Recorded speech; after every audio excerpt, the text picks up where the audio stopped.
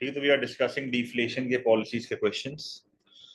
Now this is November 2023 paper 4 variant 3. With the help of a diagram, assess the effectiveness of using fiscal policy to close a negative output gap in an economy.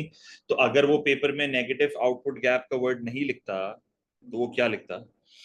अगर वो paper में negative output gap का word नहीं लिखता तो वो क्या लिखता? Deflationary gap. सही है. या वो जनरली ये भी लिख सकता था कि assess the effectiveness of using fiscal policy to recover from a recession. तो रिसेशंस के वर्ड भी यहाँ पर आ सकते हैं. Bad deflation, deflationary gap, negative output gap. तो ऐसा कुछ भी अगर वो लिखे तो आप समझ जाओ कि basically the question is talking about expansionary policies, क्योंकि इन दी एंड आपको ऐसे सिनेरियो पे निकलने के लिए एक्सपेंशनरी डिमांड साइड पॉलिसीज की जरूरत होती है. आपको एक्सपेंशनरी डिमांड साइड पॉलिसीज की जरूरत होती है. ठीक है, ठीक है. यहाँ क्लियर है ये चीज. तो आप सबसे पहले उसको आउटपुट गैप अगेन बताओगे, just like we discussed in the inflation के पॉलिसीज के क्वेश्चंस. ठीक है, तो वो वाली वीडियो पहले देखनी है. तो इन्फ्लेशनरी गैप हमने जब पढ़ा था तो हमने क्या डिस्कस करा था कि भाई actual output is greater than the potential output. अब सिनेरियो उल्टा है. अब आपका पोटेंशियल आउटपुट का ग्रोथ रेट एक्चुअल आउटपुट के ग्रोथ रेट से ज्यादा है. इसका मतलब आप अपने रिसोर्सेज को फुली यूटिलाइज नहीं कर रहे हो. You are operating inside the PPC.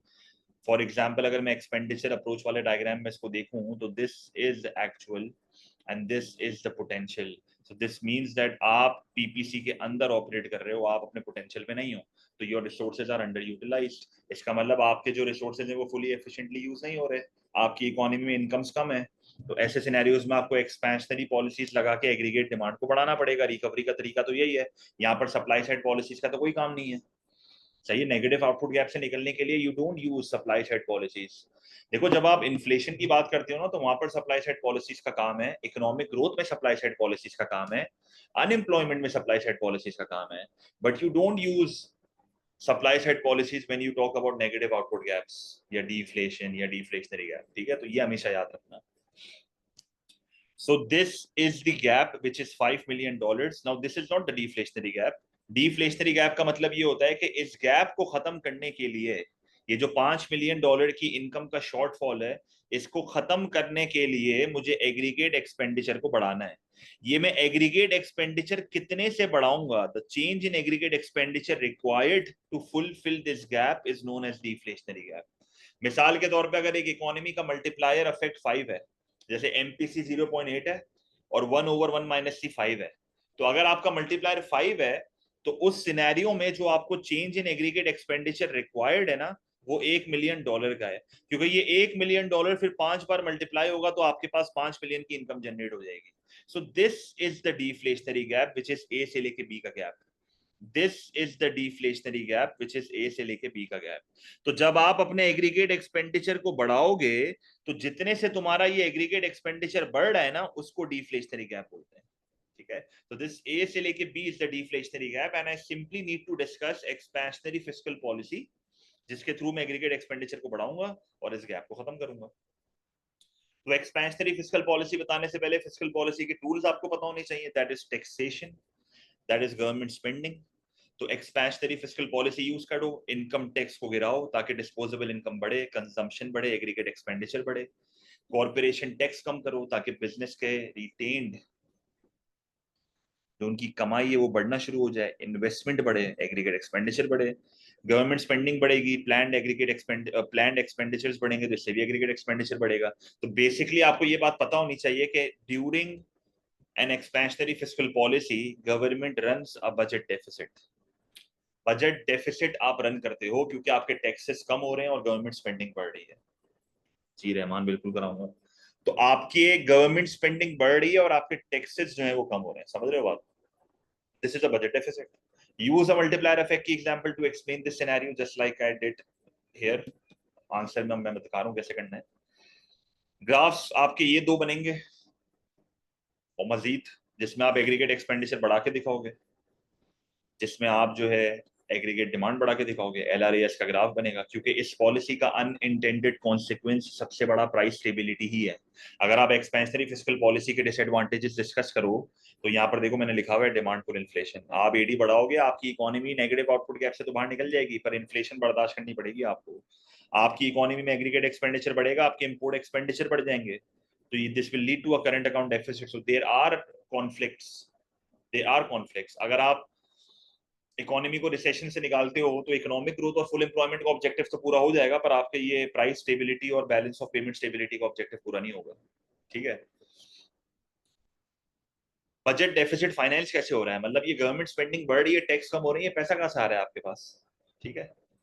दूसरा, accurate forecast of the magnitude of the output gap is difficult for a government to measure. ये पॉइंट मैंने आपको कहा था इन्फ्लेशन वाले क्वेश्चंस में भी यूज करने को, अच्छा पॉइंट है ये। और सबसे खतरनाक जो नुकसान है ना एक्सपेंशनरी फिस्कल पॉलिसी का, वो है फाइनेंशियल, जो पैसा फंस जाता है इकोनॉमी में,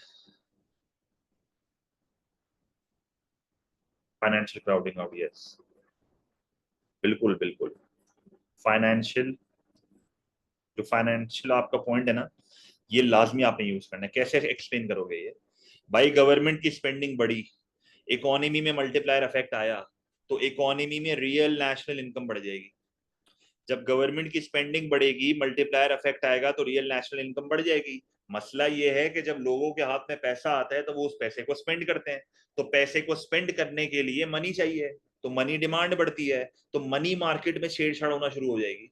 क्योंकि initially money demand and money supply are equal, but when the government expenditure increases this generates income in the economy, जिसकी वजह से मनी डिमांड बढ़ना शुरू होती है, और मनी डिमांड मनी सप्लाई को एक्सीड कर जाता है, तो इकोनॉमी में लिक्विडिटी शॉर्टेज हो जाती है, और उस लिक्विडिटी शॉर्टेज की वजह से इंटरेस्ट रेट बढ़ जाता है। क्योंकि मनी मार्केट है ना ये, money demand is equal to money supply is interest rate की determination. So if the money demand starts to increase, if the money demand shifts to the right, interest rate बढ़ना शुरू हो जाएगा, और जब इंटरेस्ट रेट बढ़ना शुरू हो जाएगा तो कंजम्पशन और इन्वेस्टमेंट गिरना शुरू हो जाएगी, जिससे जो डिजायर्ड इम्पैक्ट हम चाह रहे थे, जिससे हम जो डिजायर्ड इम्पैक्ट जो चाह रहे थे वो नहीं आएगा, और एग्रीगेट एक्सपेंडिचर वापसी कम होना शुरू हो जाएगा, और डाउनवर्ड मल्टीप्लायर इफेक्ट आ जाएगा। This is what financial crowding out is. ठीक है, यही बात है ना, क्योंकि संगम इसका सोल्यूशन तो यही है ना कि आपको बाद में मनी सप्लाई बढ़ानी पड़ेगी। ठीक है बेटा, आप गलत चेन बना रहे हो ना असल में। गवर्नमेंट स्पेंडिंग के बढ़ने से इनकम बढ़ी, जिसकी वजह से मनी डिमांड बढ़ी, चेन गलत बना रहे हो आप, कॉज और इफेक्ट का फर्क समझो भाई। ठीक है, तो ये आपकी वैल्यूएटिव कमेंट्स है। अगर हम इसका आंसर देखें तो आपको वही इंट्रोडक्शन तो देखो, वही आउटपुट गैप वगैरह के बारे में बताओगे, ये दो डायग्राम बनाओगे, पूरी कॉन्ट्रैक्शनरी फिस्कल पॉलिसी समझा के देखो, ये आपकी इवैल्यूएशन है। अब यहाँ पर ऑल्टरनेटिव पॉलिसी का कोई मकसद नहीं है, सप्लाई साइड का तो कोई काम नहीं है, तो आप सिंपली बेटा माइन गवर्नमेंट की स्पेंडिंग बढ़ रही है तो इनकम्स बढ़ी है ना लोगों की, जब इनकम्स बढ़ेंगी तो मनी डिमांड ज्यादा करेंगे ना, क्योंकि स्पेंडिंग ज्यादा करेंगे, जब स्पेंडिंग बढ़ती है तो मनी डिमांड बढ़ती है। ठीक है। और सेकंड पॉइंट में वो कह रहा था कि एक्यूरेट फोरकास्ट ना, अगर मुझे आउटपुट गैप सही से पता नहीं होगा तो मुझे ये नहीं पता होगा ना मुझे एग्रीगेट एक्सपेंडिचर कितने से बढ़ाना है, कभी कभार मिसमैच हो जाता है, तो ऐसा ना हो कि इन्फ्लेशनरी गैप शुरू हो जाए।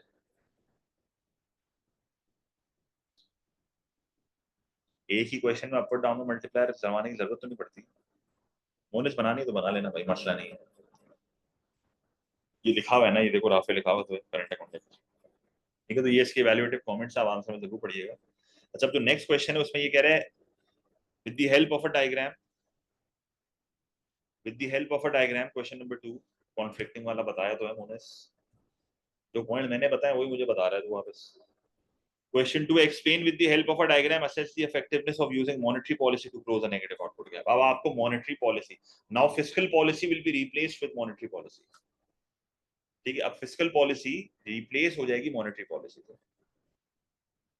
तो इंट्रोडक्शन पूरा सेम रहेगा, बस आपको कॉन्ट्रैक्शनरी मॉनेटरी पॉलिसी समझानी है। चार टूल्स हैं, money supply, interest rate, exchange rate and regulation. Expansionary monetary policy लगाओगे, सॉरी एक मिनट, हाँ वो पीछे मैंने कॉन्ट्रैक्शनरी बोल दिया था, एक्सपेंशनरी है, सॉरी। एक्सपेंशनरी मॉनेटरी पॉलिसी लगाओगे तो money supply, interest rate, money supply, interest rate, exchange rate, ये सारे आपके टूल्स हैं। अच्छा, रेगुलेशन अक्सर बच्चे पूछते हैं, रेगुलेशन ना भी बताओ तो मसला नहीं है। ठीक है, तो एक्सपेंशनरी मॉनेटरी पॉलिसी में मनी सप्लाई को बढ़ाओ, क्वांटिटेटिव ईजिंग करोगे। क्वांटिटेटिव ईजिंग का मतलब है ओपन मार्केट ऑपरेशंस के थ्रू मनी सप्लाई बढ़ाओगे। जब आपको मनी सप्लाई कम करनी होती है ना, तो आप बॉन्ड्स इशू करते हो ताकि लोग आपको पैसा देते हैं। पर जब आपको मनी सप्लाई बढ़ानी होती है ना, तो आप बॉन्ड्स परचेज करते हो। You purchase bonds from the general public या बैंक्स। उनके हाथ में पैसा आ जाता है, आपके पास बॉन्ड्स आ जाते हैं, जिसकी वजह से क्वांटिटेटिव ईजिंग होगी, मनी सप्लाई बढ़ेगी। मनी सप्लाई बढ़ेगी तो इंटरेस्ट रेट क्या हो जाएगा? तो जब मनी सप्लाई बढ़ेगी तो आपका इंटरेस्ट रेट जो है वो कम हो जाएगा। और जब आपका इंटरेस्ट रेट जो है वो कम हो जाएगा, तो इससे सेव कम करोगे, स्पेंड ज्यादा करोगे, कंजम्पशन बढ़ेगी। बोरोइंग कम ज्यादा होगी क्योंकि कॉस्ट ऑफ बोरोइंग कम हो रही है, तो बोरो ज्यादा करोगे, कंजम्पशन बढ़ेगी, इन्वेस्टमेंट बढ़ेगी। और इंटरेस्ट रेट जब कम होगा तो तुम्हारे मुल्क से पैसा बाहर चले जाएगा और हॉट मनी फ्लोज तुम्हारे मुल्क में नहीं आएंगे, बिकॉज आपकी बैंक्स का रिटर्न कम है। तो this will lead to a fall in your currency. This will reduce the demand for your currency. तो करेंसी जब गिरेगी तो एक्सपोर्ट की प्राइस कम होगी, इंपोर्ट की प्राइस बढ़ेगी। एक्सपोर्ट रेवेन्यू बढ़ेगा, इंपोर्ट एक्सपेंडिचर गिरेगा, बैलेंस ऑफ ट्रेड सरप्लस। पर यहाँ पर बहुत इंपॉर्टेंट है, मैंने यहाँ पर अज्यूम करा है कि डिमांड इलास्टिक है, क्योंकि एक्सपोर्ट की प्राइस के बढ़ने से रेवेन्यू बढ़ता है, इंपोर्ट की प्राइस के बढ़ने से एक्सपेंडिचर गिरता है, जब demand for imports and exports is elastic. ठीक है।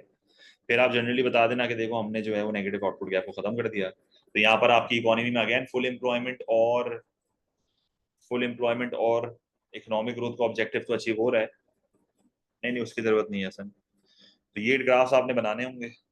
एक ग्राफ में आप मनी सप्लाई बढ़ा के दिखाओगे जिसमें इंटरेस्ट रेट कम होगा, इन्वेस्टमेंट बढ़ेगी। और एक डायग्राम में एग्रीगेट एक्सपेंडिचर बढ़ा के दिखाओगे। ठीक है। फिर वही जनरल है, लिक्विडिटी ट्रैप आपको बताना होगा इवैल्यूएशन में। ये ग्राफ भी बनेगा एलआरएएस वाला जिसमें आप एडी बढ़ा रहे हो। इवैल्यूएटिव कमेंट में जो सबसे इंपॉर्टेंट इवैल्यूएटिव कमेंट है वो आपका लिक्विडिटी ट्रैप है। लिक्विडिटी ट्रैप का मतलब क्या होता है कि आपकी इकोनॉमी में जब मनी सप्लाई बढ़ती है तो एक पॉइंट ऐसा आता है कि आपका इंटरेस्ट रेट चेंज ही नहीं होता। मतलब आपका इंटरेस्ट रेट अब इतना कम हो चुका है कि वो मजीद कम नहीं हो सकता। मतलब ये वो सिनेरियो होता है जहाँ पर बेसिकली आपकी जो मनी डिमांड है ना वो हॉरिजॉन्टल हो जाती है। तो अब अगर आप मनी सप्लाई बढ़ाओगे तो देखो इंटरेस्ट रेट पे कोई भी इंपैक्ट नहीं आ रहा। ये वो पॉइंट है जहाँ पर लोगों ने पैसा होल्ड करना शुरू कर दिया है, and they have an expectation that interest rate can not fall further. तो कोई भी मूवमेंट नहीं होती बैंक से, लोग अपना पैसा घर पे ही रखते हैं और रिएक्ट नहीं करते। तो मॉनेटरी पॉलिसी यहाँ पर कंप्लीटली फेल कर गई है। फिर आप ये भी कह सकते हो कि एक्सचेंज रेट की जब वैल्यू गिरेगी तो इंपोर्ट महंगा हो जाएगा, जिसकी वजह से कॉस्ट पुश इन्फ्लेशन आ सकती है। अगर आप रॉ मटेरियल बाय कर रहे हो, एक्सपोर्ट सस्ता हो रहा है तो एक्सपोर्ट का रेवेन्यू बढ़ रहा है, this can lead to demand pull inflation. फिर आप ये कह सकते हो कि इंटरेस्ट रेट ऑलरेडी बहुत लो होगा तो कोई फायदा नहीं है। टाइम लैग होता है जो जनरली मैंने आपको इन्फ्लेशन के साथ भी बताया था। एडी बढ़ेगा तो बैलेंस ऑफ पेमेंट स्टेबिलिटी से कॉन्फ्लिक्ट है, क्योंकि वही बात है, इंपोर्टेड कंजम्पशन बढ़ जाएगी। एडी बढ़ेगा तो प्राइस स्टेबिलिटी से कॉन्फ्लिक्ट है, क्योंकि डिमांड फुल इन्फ्लेशन का खतरा है। और banks might not be willing to lend, there is absence of worthy borrowers. भाई रिसेशन के टाइम पे अगर आप एक बैंक के पास लोन लेने जाओगे तो बैंक मोस्ट लाइकली आपको नहीं देगी, क्योंकि बैंक को पता है ये बंदा मुझसे पैसे लेने आया है, ये फंसा हुआ है। मतलब आप खुद सोचो ना कि रिसेशन के टाइम पे कौन ऐसा बिजनेस होगा जो बैंक से लोन लेगा एक्सपैंड करने के लिए? एक्सपैंड तो कोई भी नहीं करता रिसेशन के टाइम पे। बहुत इवैल्यूएटिव कमेंट्स है, अगेन कोई भी लिख लेना, पर लिक्विडिटी ट्रैप लिखना चाहिए मेरे हिसाब से, मैंने शायद लिखा हुआ भी होगा। ये लिक्विडिटी ट्रैप देखो मैंने लिखा हुआ है, लिक्विडिटी ट्रैप लिखना चाहिए लाजमी। सही है। क्योंकि पॉजिटिव आउटपुट गैप इन्फ्लेशन है ना बेटा, इन्फ्लेशन के लिए you can use supply side policy as an alternative policy, but deflation में सप्लाई साइड का कोई पॉइंट नहीं है। जी आसान है, सही है। आइडल वेनिस वाली नहीं होती वो, जनरली बस मनी डिमांड हॉरिजॉन्टल हो जाती है आसान। सही है। तो डिफ्लेशन में there is no supply side policy. समझ आ गई ये बात?